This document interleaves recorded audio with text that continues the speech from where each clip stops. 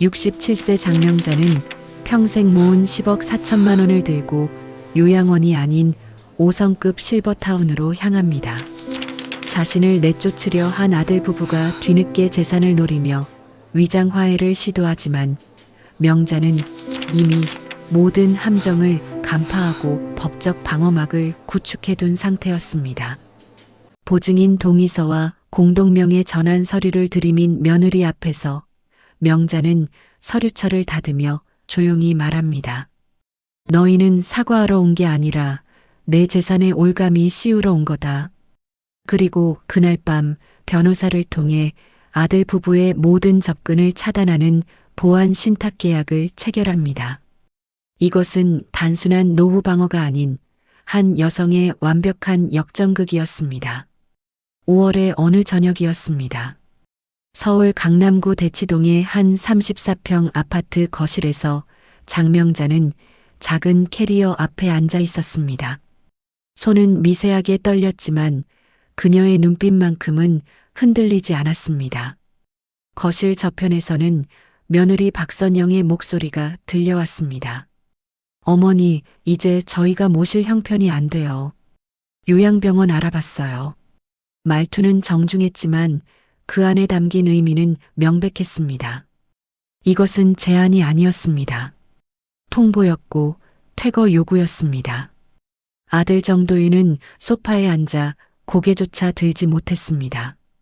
그는 3년 전 이 아파트를 담보로 받은 2억 원의 대출금으로 온라인 쇼핑몰 사업에 뛰어들었습니다. 하지만 첫 해에 재고가 쌓였고 두 번째 해에는 경쟁사에 밀렸으며 세 번째 해에는 결국 폐업했습니다. 연체 통지서가 쌓여갔고 신용등급은 추락했으며 제2금융권 대출 이자가 매달 200만 원씩 집을 조였습니다. 그 압박 속에서 도윤은 점차 어머니를 부양 대상이 아닌 짐으로 느끼기 시작했습니다. 선영은 남편보다 더 냉정했습니다. 그녀는 시어머니가 연금 외에는 별다른 수입이 없다고 판단했고 요양병원으로 보내는 것이 가장 합리적이라고 결론 내렸습니다. 명자는 천천히 옷가지를 캐리어에 담았습니다. 손녀가 어렸을 때 함께 찍은 사진 한 장, 남편이 남긴 낡은 시계 하나, 그리고 오래된 통장 몇 개. 그녀는 67년의 삶을 이 작은 가방 안에 접어 넣었습니다. 창밖으로는 5월의 실록이 짙게 물들어 있었지만 이 집안의 공기는 차갑기만 했습니다. 명자는 평생 전형적인 한국의 어머니로 살았습니다. 시장에서 생선을 손질하고 새벽같이 일어나 국을 끓이고 아들의 학원비를 마련하기 위해 식당 설거지를 했습니다. 남편이 세상을 떠난 뒤에도 그녀는 혼자 버텼습니다. 아들이 대학에 가고 취직하고 결혼하고 손녀가 태어나는 모든 순간을 그녀는 뒤에서 조용히 지켜봤습니다. 그런데 이제 그 아들이, 그 며느리가 그녀에게 짐을 싸라고 말하고 있었습니다. 선영은 거실 테이블 위에 요양병원 안내 책자를 올려놓았습니다. 여기 괜찮더라고요. 식사도 나오고 간호사도 있고요. 어머니 연금으로 충분히 감당 가능해요. 그녀의 목소리는 마치 부동산 중개인이 집을 소개하듯 사무적이었습니다. 도윤은 여전히 고개를 숙인 채였습니다. 그는 어머니의 눈을 마주칠 용기가 없었습니다. 명자는 캐리어 손잡이를 천천히 잡아당겼습니다. 바퀴가 마룻바닥을 굴러가는 소리가 거실에 울렸습니다. 그녀는 현관문 앞에서 잠시 멈춰섰습니다. 뒤돌아보니 며느리는 부엌에서 설거지를 하고 있었고 아들은 여전히 소파에 박혀 있었습니다. 누구도 그녀를 붙잡지 않았습니다. 누구도 미안하다고 말하지 않았습니다. 명자는 조용히 문을 열고 나갔습니다. 복도의 형광등 불빛이 차갑게 내려앉았습니다. 엘리베이터를 기다리는 동안 그녀는 핸드백 안쪽 지퍼를 열었습니다. 그 안에는 작은 통장 한 권이 들어 있었습니다. 남편이 남긴 보험금, 그녀가 평생 모은 적금, 그리고 집 한 채를 팔아 모은 돈. 잔고는 10억 4천만 원이었습니다. 아무도 몰랐습니다. 도윤도, 선영도, 심지어 손녀도 이 사실을 몰랐습니다. 명자는 일부러 가난한 척 살았습니다. 연금만으로 생활하는 척했고 아들에게 손을 벌리는 척했습니다. 하지만 그것은 그녀가 선택한 위장이었습니다. 그녀는 가족이 자신을 어떻게 대하는지 지켜보고 싶었습니다. 그리고 오늘 그 결과를 확인했습니다. 엘리베이터가 1층에 도착했습니다. 명자는 로비를 가로질러 밖으로 나갔습니다. 택시를 잡아탔습니다. 기사가 물었습니다. 어디로 모실까요? 명자는 핸드백에서 메모지 하나를 꺼냈습니다. 거기에는 한빛 로얄 실버타운이라는 주소가 적혀 있었습니다. 선영이 말한 요양병원과는 정반대 방향이었습니다. 여기로 가주세요.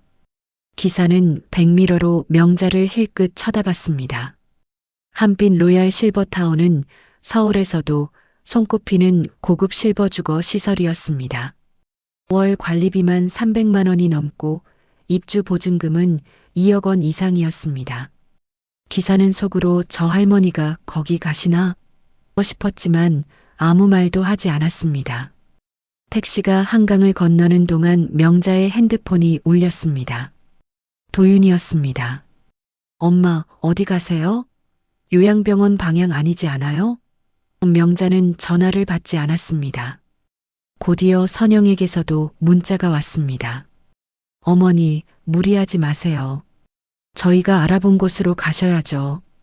명자는 그 문자를 읽고 조용히 통장 사진 한 장을 찍어 단체 채팅방에 전송했습니다.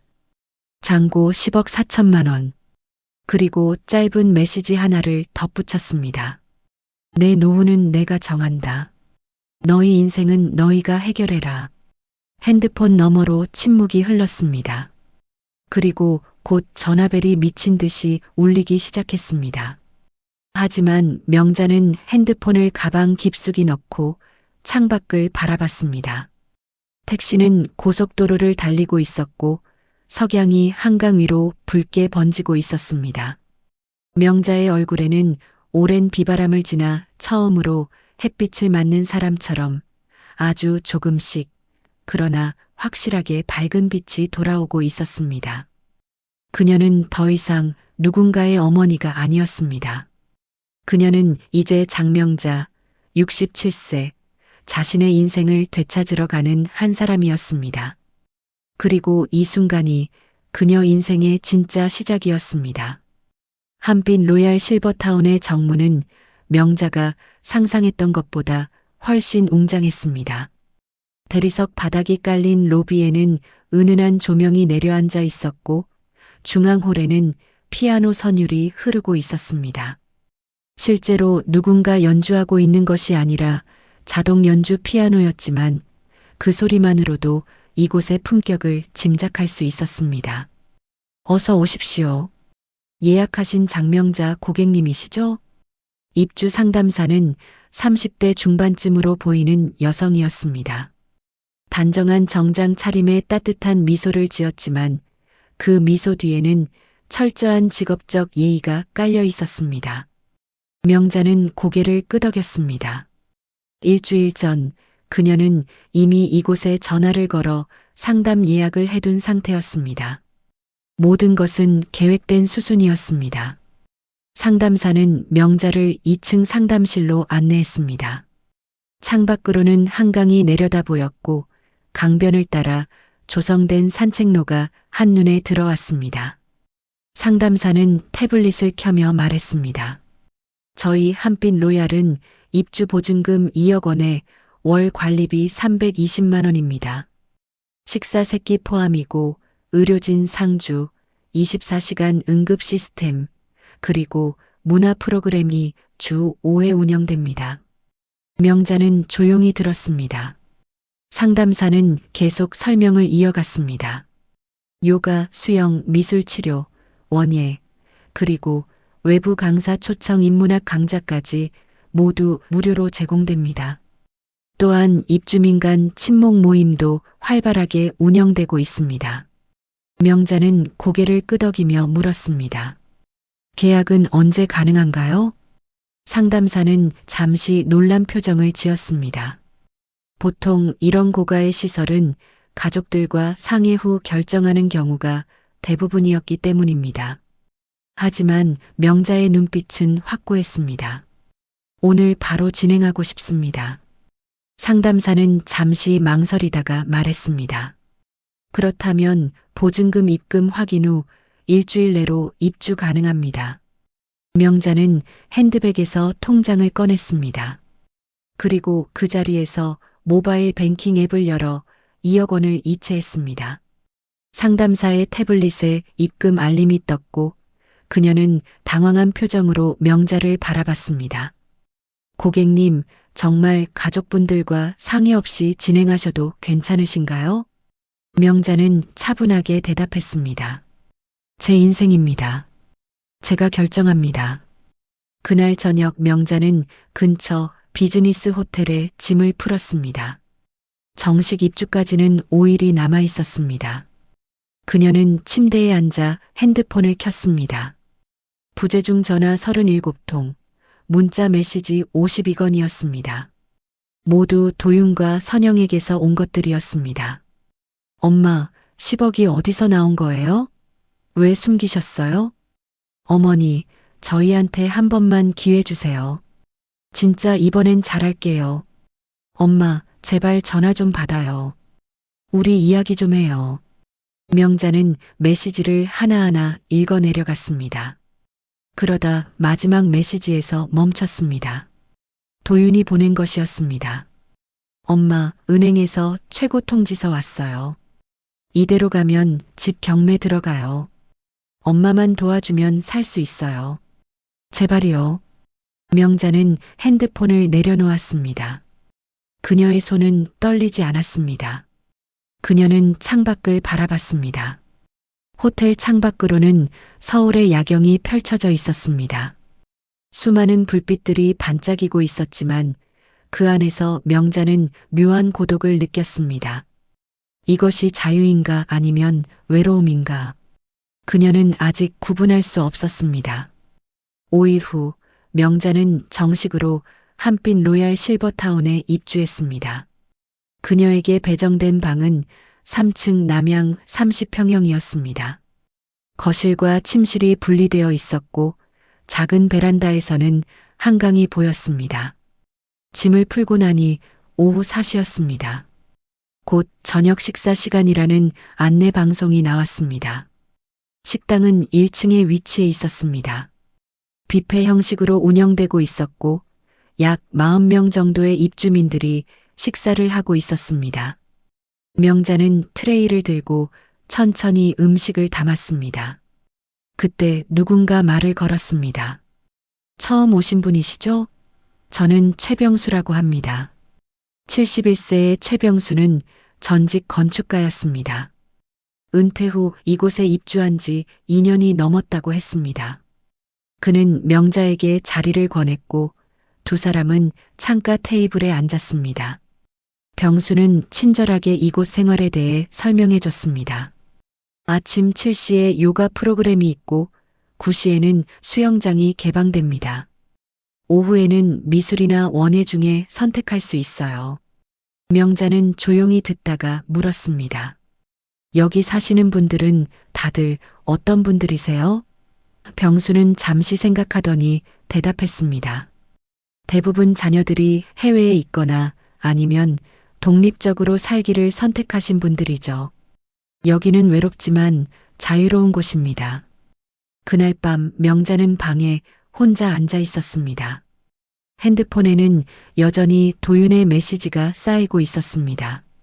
하지만 그녀는 더 이상 읽지 않았습니다. 대신 그녀는 내일 아침 요가 프로그램 신청서를 작성했습니다.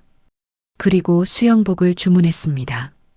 67년 인생에서 처음으로 수영을 배우기로 결심한 것이었습니다. 한편 대치동 아파트에서는 다른 풍경이 펼쳐지고 있었습니다. 도윤은 거실 바닥에 흩어진 고지서들을 바라보고 있었습니다. 아파트 관리비 연체 3개월, 대출 이자 연체 2개월, 신용카드 연체 1개월. 선영은 부엌에서 라면을 끓이고 있었습니다. 저녁 식사였습니다. 냉장고는 거의 비어 있었습니다. 도윤은 핸드폰을 들고 또다시 어머니에게 전화를 걸었습니다. 역시 받지 않았습니다. 그는 문자를 보냈습니다. 엄마, 제가 잘못했어요. 다시 한 번만 기회 주세요. 진짜 이번엔 달라질게요. 하지만 답장은 오지 않았습니다. 선영이 라면을 들고 나왔습니다. 그녀는 남편을 바라보며 차갑게 말했습니다. 그냥 변호사 알아봐요.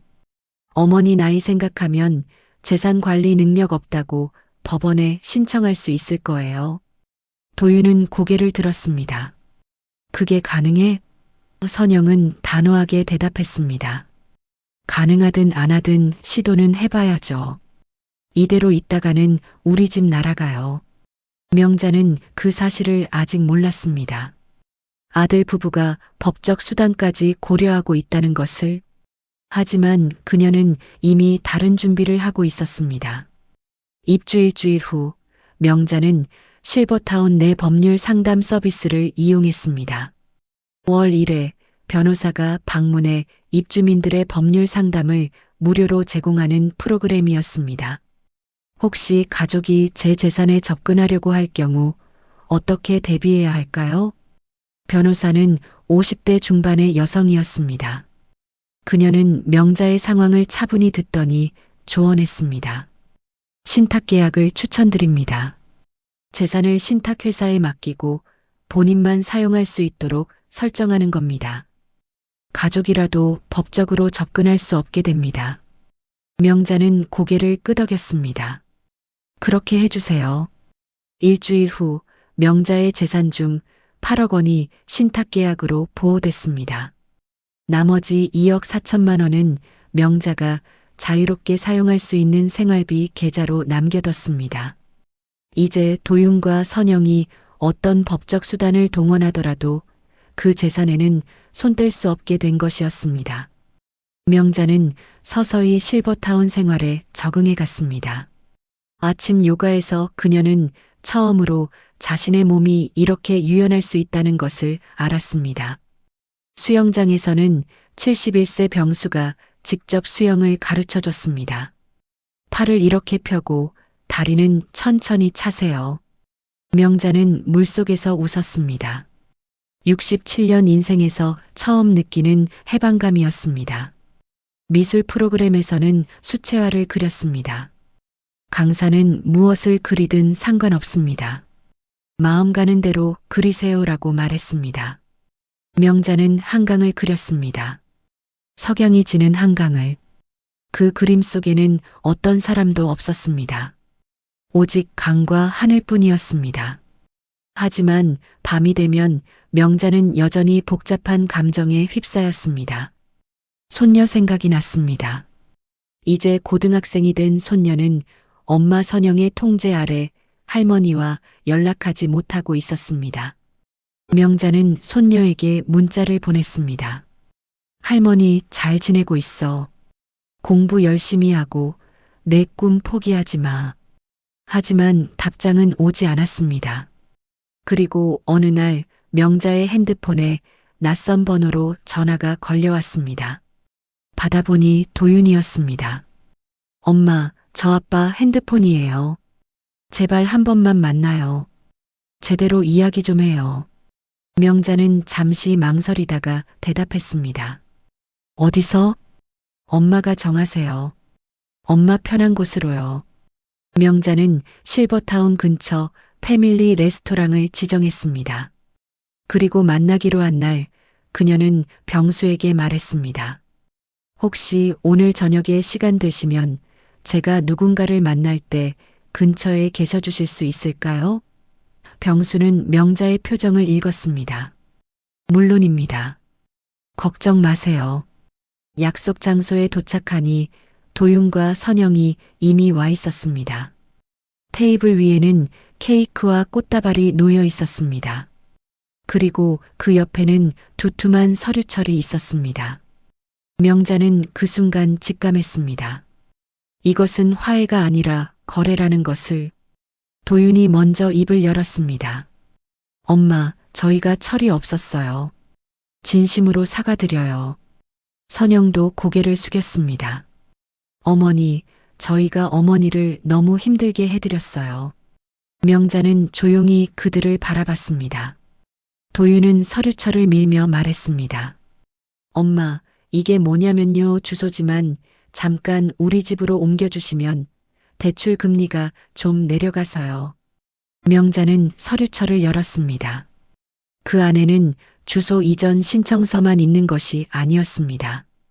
대출 보증인 동의서, 재산 일부 공동명의 전환 신청서, 그리고 금융거래 동의서까지 준비되어 있었습니다. 선영이 부드럽게 말했습니다. 어머니, 사인 한 번만 해주시면 돼요.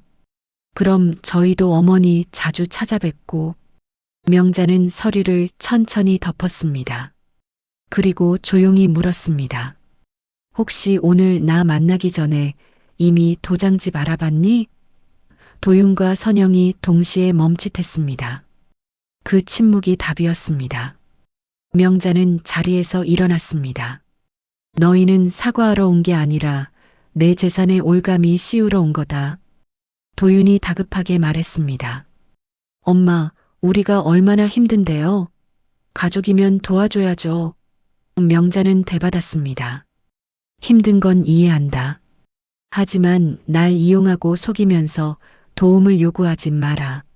명자는 레스토랑을 나왔습니다. 병수가 근처 카페에서 기다리고 있었습니다. 그는 명자의 표정을 보고 아무 말도 하지 않았습니다. 다만 따뜻한 차 한 잔을 건넸을 뿐이었습니다. 그날 밤 명자는 변호사에게 연락했습니다. 보안 신탁 계약을 추가하고 싶습니다. 아들과 며느리가 제 재산에 접근하려 할 경우 자동 차단 및 법적 대응이 이루어지도록 해주세요. 변호사는 승낙했습니다. 명자는 창밖을 바라봤습니다. 한강 위로 달빛이 흐르고 있었습니다. 그녀는 이제 알았습니다. 이것은 배신이 아니라 해방의 과정이라는 것을, 그리고 진짜 싸움은 지금부터라는 것을. 보안 신탁 계약이 완료된 다음 날 명자는 처음으로 실버타운 야외 산책로를 걸었습니다. 아침 공기는 차가웠지만 상쾌했습니다. 한강을 따라 조성된 산책로에는 벚나무가 줄지어 서 있었고 아직 꽃이 피기 전이었지만 가지마다 봉오리가 맺혀 있었습니다. 명자는 천천히 걸으며 생각했습니다. 나는 언제부터 내 인생을 살지 못했을까?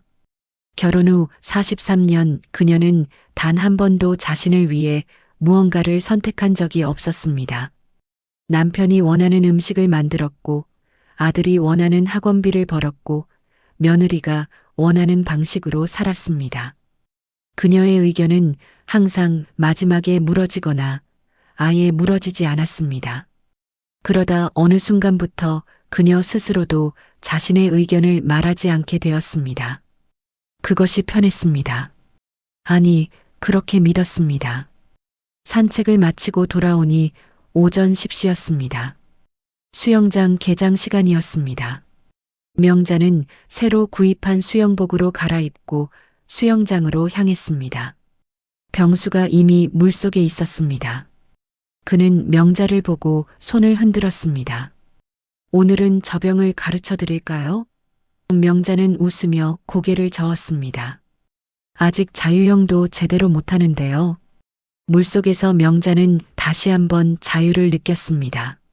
중력에서 벗어난 듯한 느낌, 아무도 그녀를 부르지 않는 고요함, 오직 물소리와 자신의 호흡만 들리는 순간 그녀는 천천히 팔을 저었습니다. 병수가 옆에서 말했습니다. 잘하고 계세요. 호흡만 조금 더 길게 가져가시면 됩니다.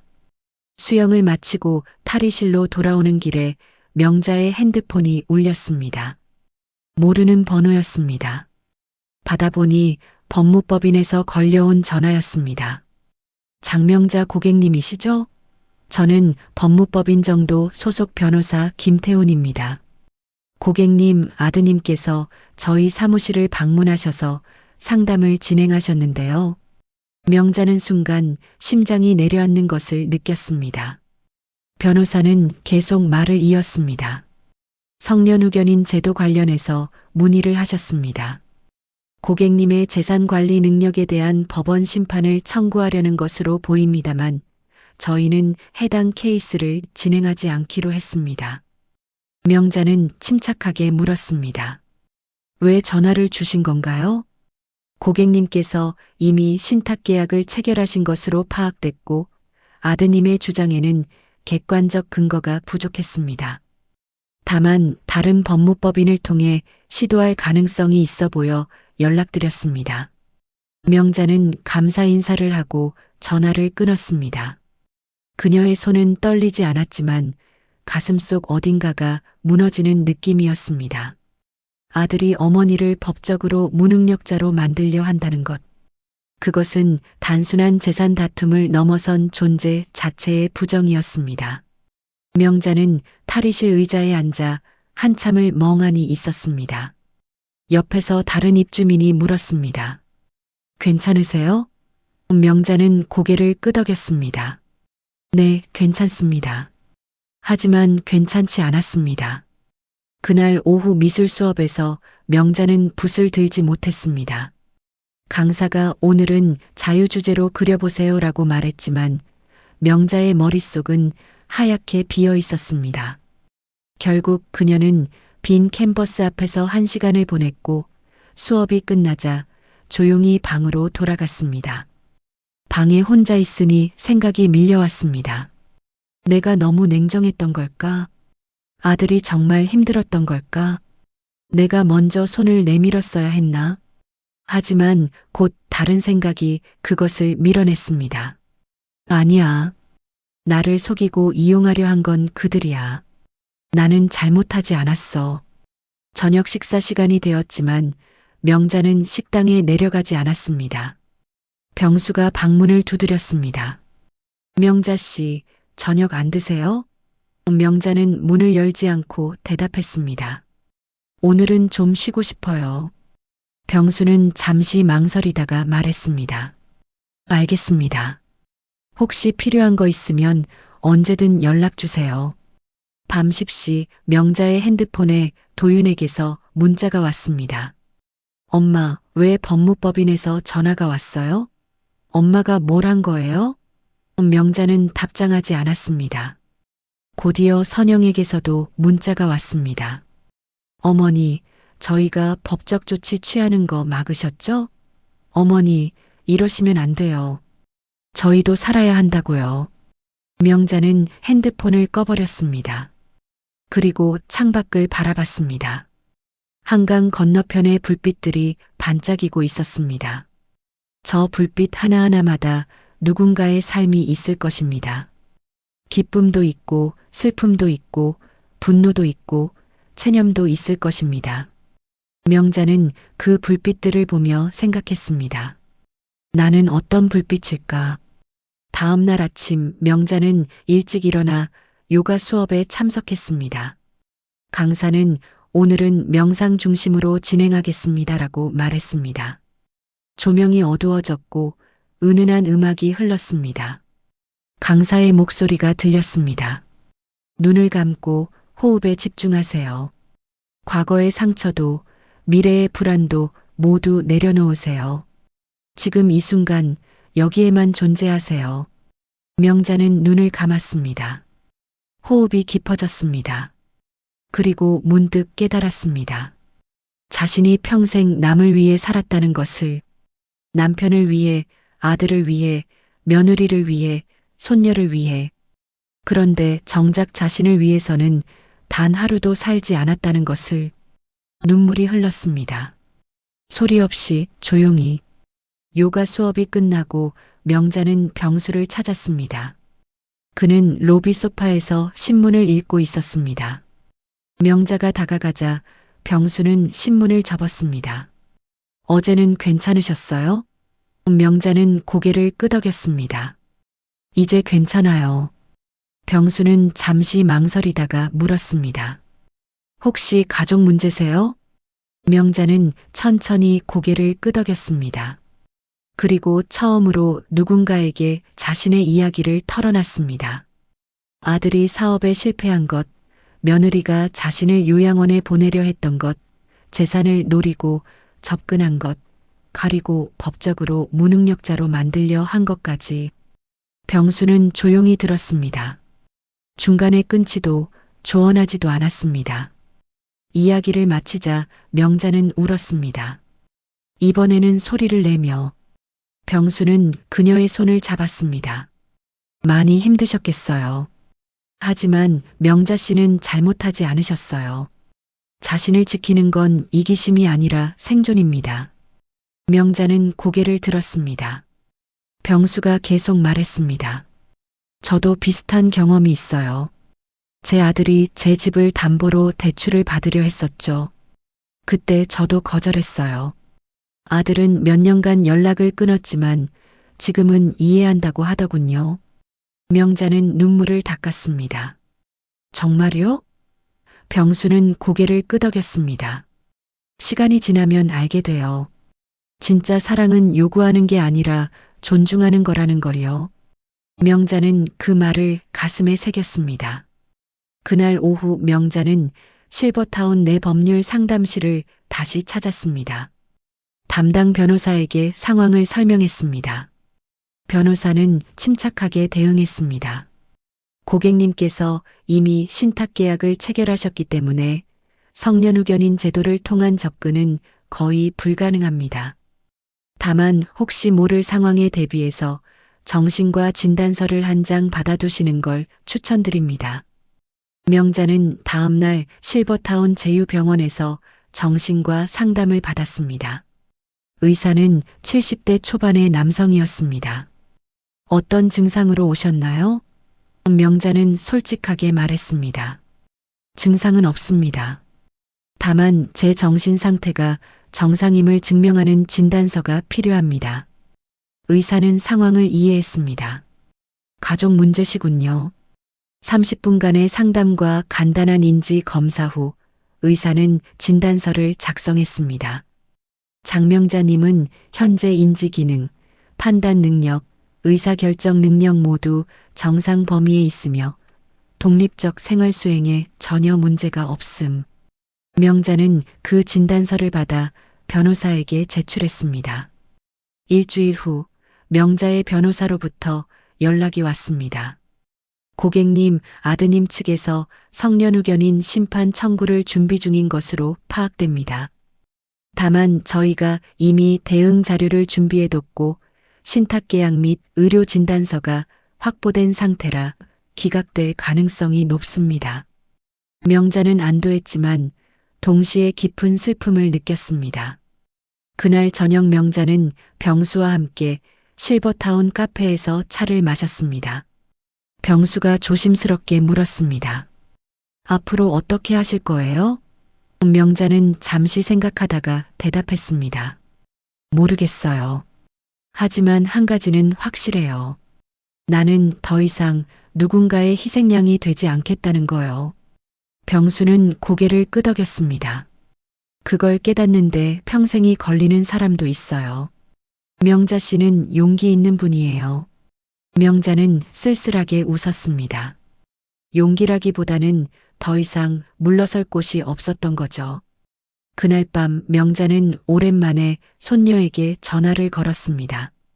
신호음이 길게 울렸고 결국 받지 않았습니다. 명자는 음성 메시지를 남겼습니다. 서연아, 할머니야. 할머니는 잘 지내고 있어. 너도 건강하게 지내렴. 언젠가 내가 이해할 수 있는 날이 오길 바란다. 할머니는 너를 사랑해. 메시지를 남기고 나니 명자는 울었습니다. 이번에는 분노도 억울함도 아닌 순수한 슬픔의 눈물이었습니다.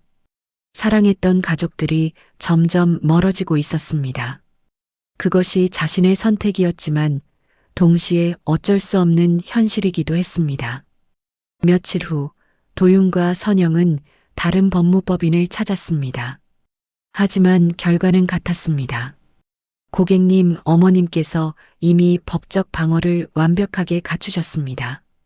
신탁계약, 의료진단서, 그리고 독립생활증명까지 모두 확보된 상태입니다. 성년후견인 청구는 기각될 가능성이 99%입니다. 도윤은 무너졌습니다. 그는 집으로 돌아와 거실 바닥에 주저앉았습니다. 선영은 차갑게 말했습니다. 이제 끝이네요. 집도 날아가고 우리도 끝인 거예요. 도윤은 대답하지 않았습니다. 그는 다만 핸드폰을 들고 어머니에게 마지막 문자를 보냈습니다. 엄마, 제가 잘못했어요. 진심으로 사과드려요. 하지만 엄마도 너무하신 거 아니에요? 우리도 사람이에요. 우리도 살아야 해요. 명자는 그 문자를 읽고 한참을 생각했습니다. 그리고 답장을 보냈습니다. 너희가 힘든 건 안다. 하지만 너희 인생의 빚은 너희가 갚아야 한다. 나는 더 이상 너희의 해결책이 아니다. 그 답장을 보내고 명자는 핸드폰을 내려놓았습니다. 그녀는 창밖을 바라봤습니다. 비가 내리고 있었습니다. 한강 위로 빗줄기가 쏟아지고 있었습니다. 명자는 그 빗소리를 들으며 생각했습니다. 이제 진짜 끝이구나. 아니, 진짜 시작이구나. 그녀는 더 이상 누군가의 어머니가 아니었습니다. 그녀는 이제 장명자 67세 자신의 인생을 되찾은 한 사람이었습니다. 하지만 그 자유에는 깊은 고독이 따라왔습니다. 그리고 명자는 알았습니다. 이것이 자신이 선택한 길이라는 것을 되돌릴 수 없는 6월의 어느 화요일 오전 명자는 실버타운 로비에서 우편물을 받았습니다. 법원 봉투였습니다. 손이 떨렸지만 그녀는 침착하게 봉투를 뜯었습니다. 내용은 예상대로였습니다. 정도윤, 박선영 명의로 제출된 성년후견인 심판 청구서였습니다. 청구 이유란에는 이렇게 적혀 있었습니다. 피청구인 장명자 67세는 최근 판단 능력 저하로 인해 거액의 재산을 비합리적으로 사용하고 있으며 가족과의 단절을 선택하는 등 정상적 의사결정 능력에 의문이 제기됨. 이에 재산관리 및 신상보호를 위한 성년후견인 지정이 필요함. 명자는 서류를 천천히 읽었습니다. 분노보다는 허탈함이 먼저 왔습니다. 자신을 키우고 대학 보내고 결혼시킨 아들이 이제 어머니를 법적 무능력자로 만들려 하고 있었습니다. 명자는 서류를 접어 가방에 넣고 엘리베이터를 탔습니다. 3층 자신의 방으로 돌아와 즉시 변호사에게 전화를 걸었습니다. 예상대로 청구가 들어왔습니다. 변호사의 목소리는 차분했습니다. 걱정하지 마세요. 이미 대응 준비는 완료됐습니다. 신탁계약서, 의료진단서, 실버타운 생활기록, 그리고 청구인 측의 재산 강요 시도 증거까지 모두 확보돼 있습니다. 재판은 한 달 후입니다. 그때 뵙겠습니다. 한 달. 명자는 그 시간 동안 무엇을 해야 할지 몰랐습니다. 그녀는 창밖을 바라봤습니다. 한강에는 유람선이 지나가고 있었고 자전거를 타는 사람들이 보였습니다. 저들은 모두 평범한 일상을 살고 있었습니다. 하지만 명자의 일상은 법정 싸움을 앞두고 있었습니다. 아들과 그날 저녁 병수가 명자의 방문을 두드렸습니다. 명자 씨, 저녁 식사 같이 하시죠. 명자는 문을 열었습니다. 병수는 그녀의 표정을 보고 물었습니다. 무슨 일 있으세요? 명자는 법원 서류를 건넸습니다. 병수는 서류를 읽고 한숨을 쉬었습니다. 결국 이렇게까지 가는군요. 제가 너무 냉정했던 걸까요? 명자의 목소리는 떨렸습니다. 병수는 고개를 저었습니다. 아닙니다. 명자 씨는 자신을 지킨 겁니다. 아드님은 어머니를 지키려 한 게 아니라 재산을 지키려 한 거예요. 그 차이를 아셔야 합니다. 명자는 고개를 끄덕였습니다. 하지만 마음 한구석은 여전히 무거웠습니다. 한 달이 흘렀습니다. 재판 당일 명자는 검은색 정장을 입고 법원으로 향했습니다. 병수가 함께 갔습니다. 제가 증인으로 서겠습니다. 명자 씨의 일상을 증언하겠습니다. 명자는 감사의 눈빛을 보냈습니다. 법정 안은 냉랭했습니다. 피고인석에 명자가 앉았고 원고석에는 도윤과 선영이 앉아 있었습니다. 명자는 아들을 바라봤습니다. 도윤은 고개를 숙인 채 어머니와 눈을 마주치지 않았습니다. 선영은 태연한 표정이었습니다. 그녀는 이미 각본을 짜온 듯 했습니다. 재판장이 입장했습니다. 중년의 여성 판사였습니다. 사건 번호 2024-1만 2345 성년 의견인 심판 청구 사건을 시작하겠습니다. 먼저 원고 측 변호사가 일어났습니다. 40대 남성이었고 목소리는 단호했습니다. 재판장님, 피청구인 장명자는 현재 67세로 최근 들어 비합리적 재산 사용과 가족관계 단절 등 판단 능력 저하 징후를 보이고 있습니다. 평생 검소하게 살던 분이 갑자기 고가의 실버타운에 입주하고 자녀와의 연락을 차단하는 등 정상적 의사결정으로 보기 어렵습니다. 명자의 변호사가 반박했습니다. 50대 여성이었고 목소리는 차갑고 정확했습니다.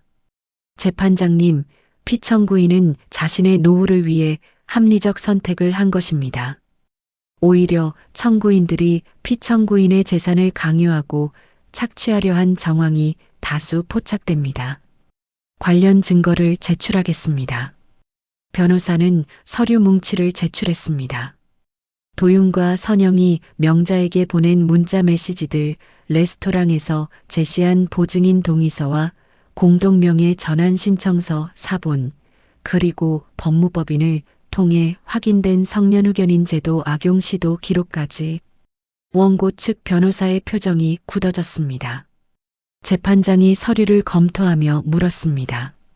청구인 정도윤, 박선영, 이 서류들이 사실입니까? 도윤은 입을 열지 못했습니다. 선영이 대신 말했습니다. 재판장님, 그건 어머니를 돕기 위한 선이었습니다. 어머니께서 오해하신 겁니다. 명자의 변호사가 날카롭게 반박했습니다. 선이라면 왜 보증인 동의서를 몰래 준비했습니까? 왜 어머니께 사실대로 설명하지 않고 서류에 사인만 요구했습니까? 이것은 선의가 아니라 기망입니다. 재판장이 명자를 바라봤습니다. 피청구인 장명자 씨, 직접 말씀해 주시겠습니까? 명자는 천천히 일어났습니다. 손은 떨렸지만 목소리는 떨리지 않았습니다. 재판장님, 저는 정상입니다. 제 재산으로 제 노후를 준비한 것뿐입니다. 재판장이 물었습니다. 자녀분들과의 관계는 어떻습니까? 명자는 잠시 망설이다가 대답했습니다. 제 아들은 사업 실패로 빚을 졌습니다. 며느리는 저를 요양원에 보내려 했습니다. 저는 그들에게 짐이었습니다. 제가 돈이 있다는 걸 알자 그들은 태도를 바꿨습니다. 하지만 그것은 저를 위한 게 아니었습니다. 제 재산을 위한 거였습니다. 도윤이 갑자기 일어났습니다. 엄마, 그게 아니라고요. 우리가 진짜 힘들었어요.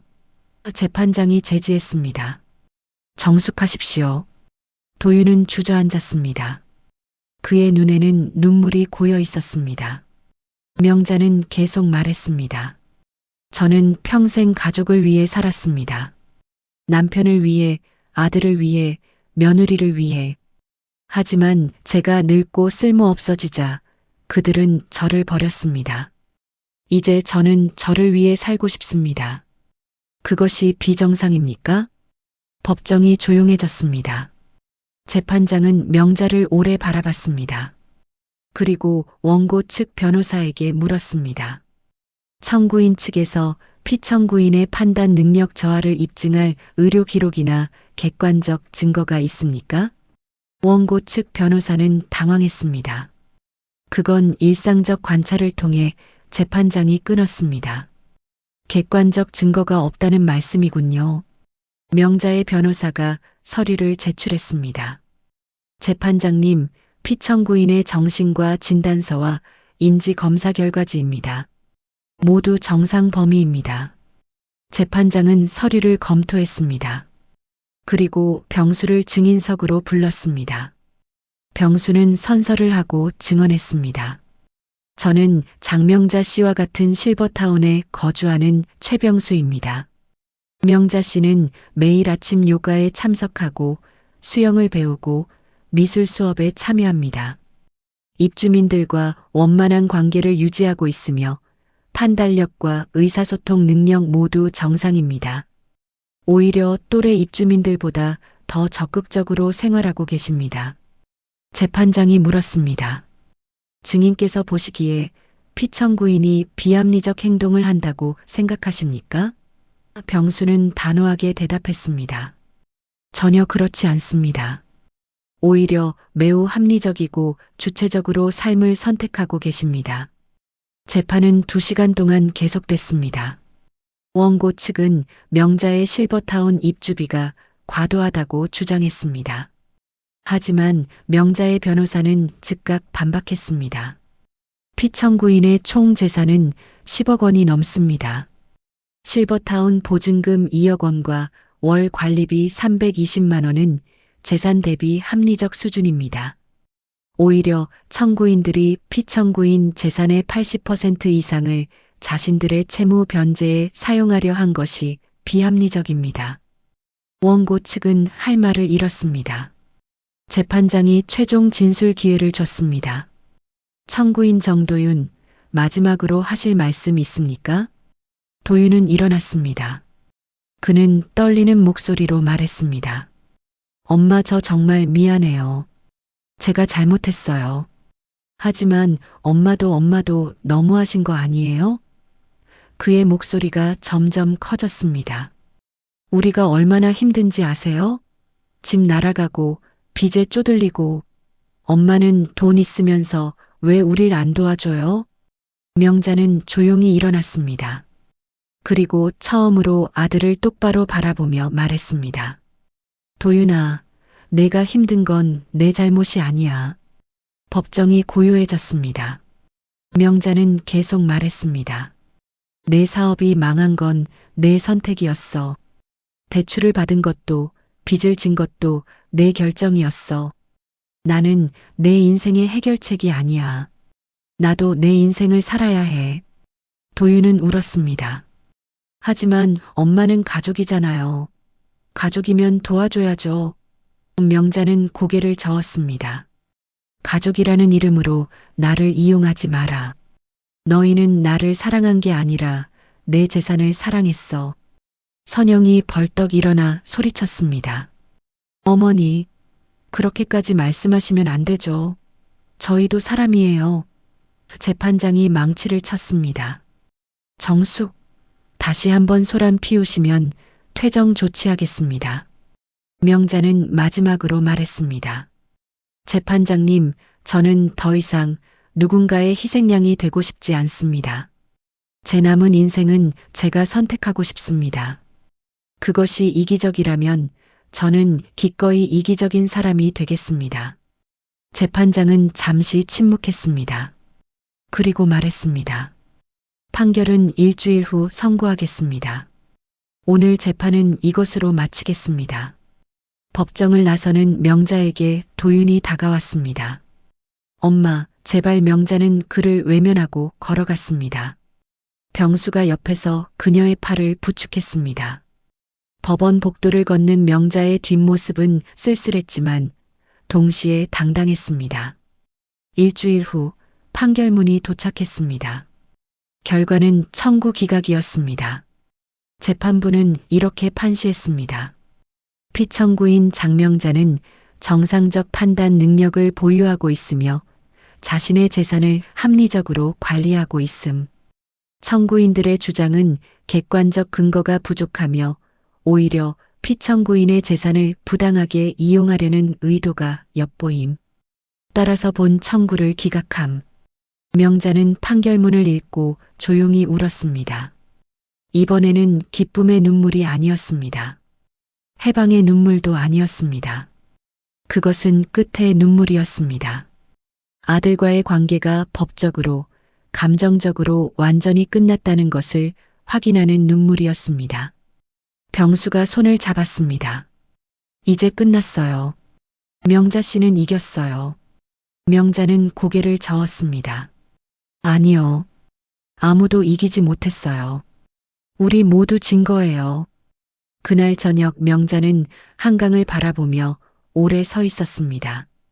강물은 묵묵히 흘러갔습니다. 그리고 명자는 깨달았습니다. 인생에는 승자도 패자도 없다는 것을, 다만 선택이 있고 그 선택의 결과가 있을 뿐이라는 것을. 판결이 나고 한 달이 지났습니다. 7월의 실버타운은 녹음으로 가득했습니다. 명자는 매일 아침 6시에 일어나 산책로를 걸었습니다. 한강 위로 아침 햇살이 부서지고 산책로를 따라 조깅하는 사람들이 보였습니다. 명자는 더 이상 과거를 떠올리지 않았습니다. 아니, 떠올려도 가슴이 무너지지 않았습니다. 아침 산책을 마치고 돌아오면 7시 30분이었습니다. 요가 수업 시간이었습니다. 명자는 이제 요가 매트를 펴고 누워 호흡하는 것만으로도 평온함을 느낄 수 있었습니다. 강사는 항상 이렇게 말했습니다. 과거는 이미 지나갔고 미래는 아직 오지 않았습니다. 지금 이 순간에만 존재하세요. 명자는 그 말을 가슴에 새겼습니다. 요가가 끝나면 수영장으로 향했습니다. 병수가 항상 먼저 와 있었습니다. 오늘은 배영을 가르쳐 드릴까요? 명자는 웃으며 고개를 끄덕였습니다. 물속에서 하늘을 바라보며 떠 있는 느낌은 묘했습니다. 중력에서 벗어난 듯한 자유, 아무것도 붙잡지 않아도 되는 해방감. 명자는 그 순간이 좋았습니다. 오후에는 미술 수업이 있었습니다. 명자는 이제 수채화를 제법 그릴 수 있었습니다. 오늘은 꽃병을 그렸습니다. 강사가 다가와 말했습니다. 명자 씨, 색감이 점점 밝아지고 있어요. 처음 오셨을 때는 어두운 색만 쓰셨는데 이제는 이렇게 화사한 색을 쓰시네요. 명자는 자신의 그림을 바라봤습니다. 정말 그랬습니다. 파란색, 노란색, 분홍색, 밝은 색들이 캔버스를 채우고 있었습니다. 저녁 식사는 병수와 함께 했습니다. 그들은 이제 서로에게 편안한 존재가 되었습니다. 사랑이라고 부르기에는 조심스러웠지만 동반자라고 부르기에는 충분했습니다. 병수가 물었습니다. 요즘 마음이 어떠세요? 명자는 잠시 생각하다가 대답했습니다. 편안해요. 처음으로 제 인생이 제 것 같아요. 병수는 고개를 끄덕였습니다. 그 느낌 압니다. 저도 여기 와서 처음으로 제 시간을 가졌거든요. 두 사람은 조용히 식사를 했습니다. 말이 없어도 편안한 침묵이었습니다.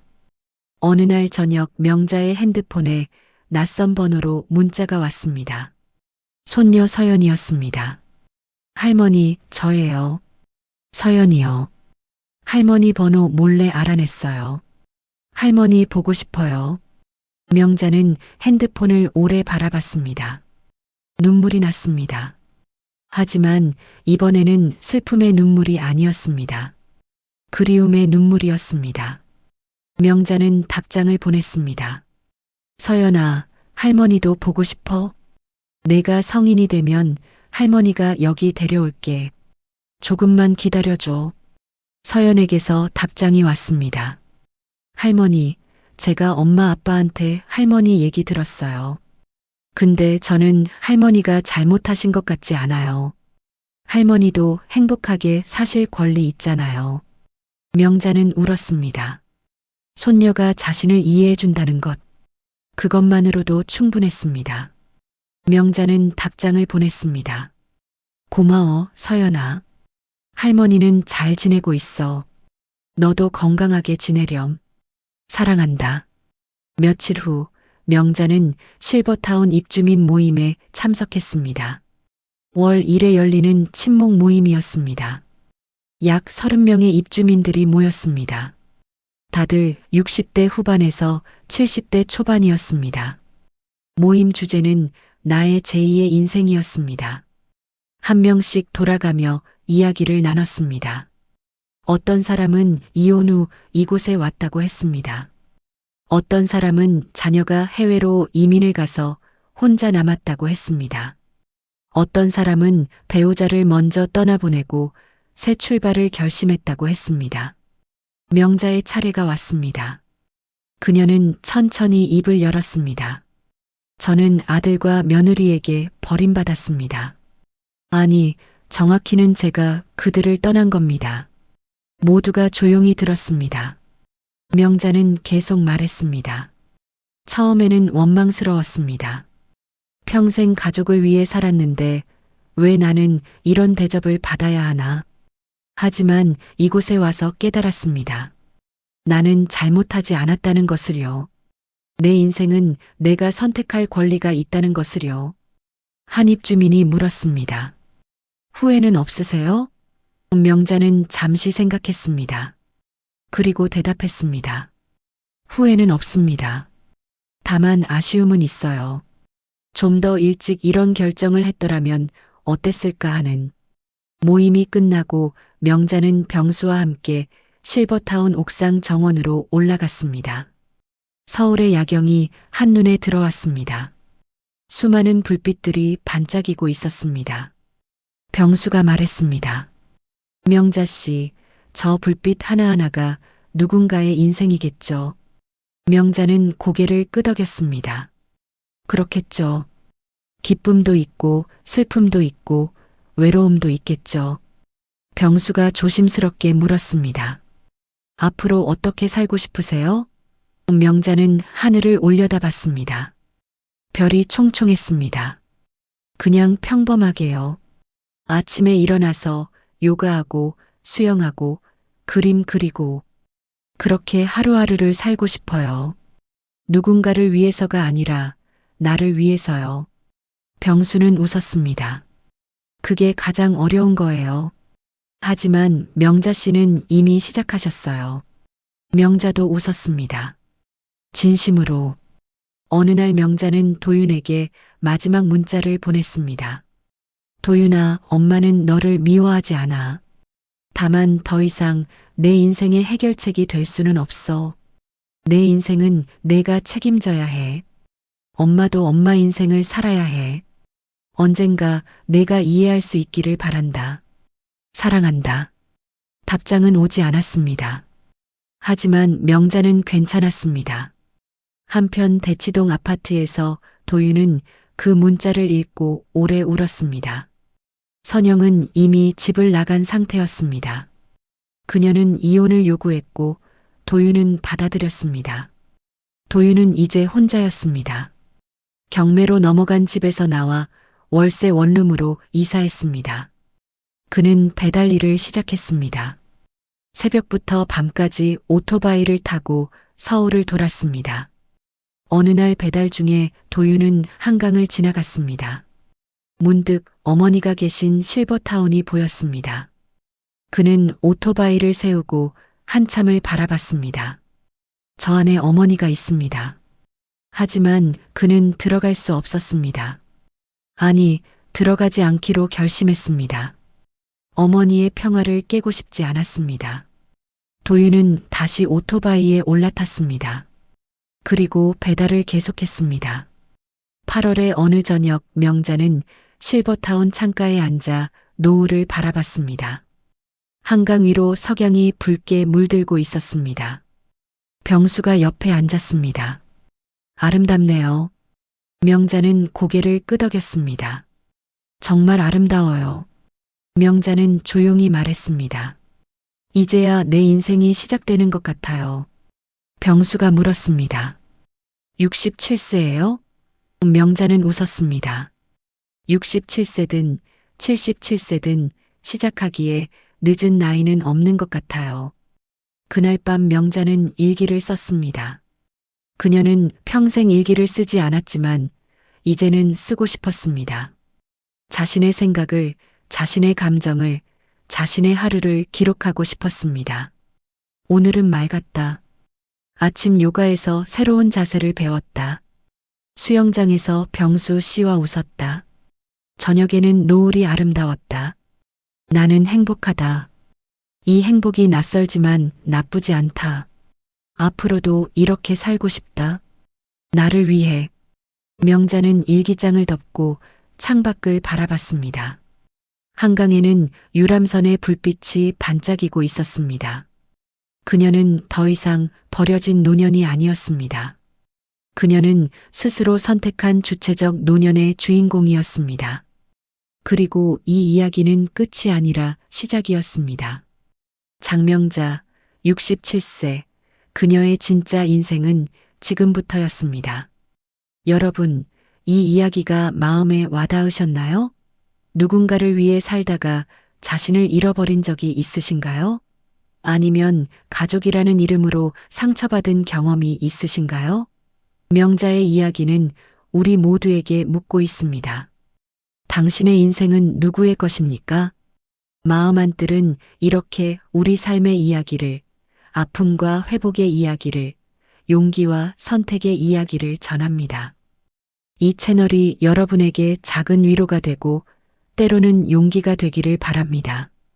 오늘 이야기가 좋으셨다면 구독 버튼을 눌러주세요. 그리고 좋아요를 눌러주시면 더 많은 분들에게 이 이야기가 전해질 수 있습니다. 여러분의 응원이 마음 한뜰에 큰 힘이 됩니다. 다음 이야기도 기대해 주세요. 마음 한뜰이 여러분의 마음에 평안한 뜰이 되겠습니다. 감사합니다.